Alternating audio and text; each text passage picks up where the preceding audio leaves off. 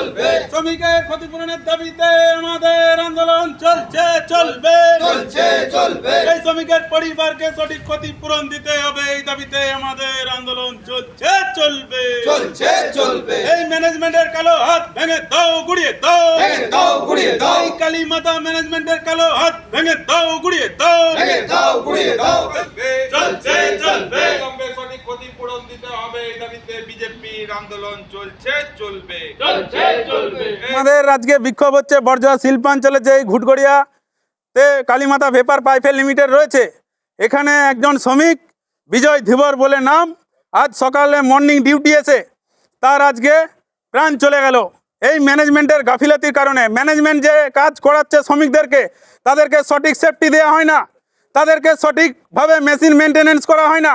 আমরা ভেতর থেকে জানতে পারলাম যে মেশিনটিতে বিজয় ধীবর কাজ করছিল সেই মেশিনটি কয়েকদিন ধরে ডিস্টার্ব ছিল, সেখানে আজকে ওই মেশিন শর্ট সার্কিট হওয়ার কারণে ছেলেটির জীবনটি চলে গেল। আজকে ম্যানেজমেন্ট লুকিয়ে বেড়াচ্ছে, আজকে যে বিজয় ধীবরের প্রাণ গেল তার পরিবারকে যে সঠিক ক্ষতিপূরণ দিতে হবে, কোথায় ম্যানেজমেন্ট? আজ ম্যানেজমেন্ট যে তোলামূলের অঙ্গুলি হিলনে যে লুকিয়ে বেড়াচ্ছে আমরা দেখতে চাই ম্যানেজমেন্টকে কতদিন এই তৃণমূলের এমএলএ আগলে রাখতে পারে।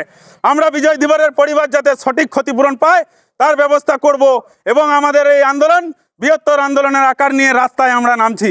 আমরা দেখতে চাই এই ম্যানেজমেন্ট কতদিন এই লুকিয়ে বেড়াতে পারে। গোবিন্দ ঘোষ, ভারতীয় জনতা পার্টি বর্জরা বিজেপি পঞ্চায়েতের বিরোধী দলনেতা।